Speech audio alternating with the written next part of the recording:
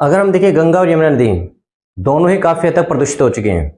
अगर हम यमुना नदी की बात करें तो ये पूरी तरह से नाले में तब्दील हो चुकी हैं। और हमने न्यूज़ चैनल्स के अंदर, न्यूज़पेपर्स के अंदर छठ पूजा के टाइम पर हमने देखा था कि किस प्रकार से लोग टॉक्सिक फॉर्म के अंदर पूजा पूजा कर रहे थे और वहाँ पे कचरे का अंबार लगा हुआ था। और गंगा नदी कई सारे राज्यों से होकर गुजरती है और इन नदियों के किनारे अगर हम बात करें तो कई प्रकार के कारखाने स्थापित हैं। जो रासायनिक कारखाने हैं उनके द्वारा जो केमिकल वेस्ट है वो नदियों के अंदर फेंका जाता है। इसी प्रकार से चमड़ा उद्योग हो गया, अस्पताल का जो कचरा वो इनके अंदर डाला जाता है, जो सीवर का वेस्ट है वो भी इसके अंदर डाला जाता है। इसी प्रकार से प्लास्टिक का कई सारा कचरा उनमें डाला जाता है।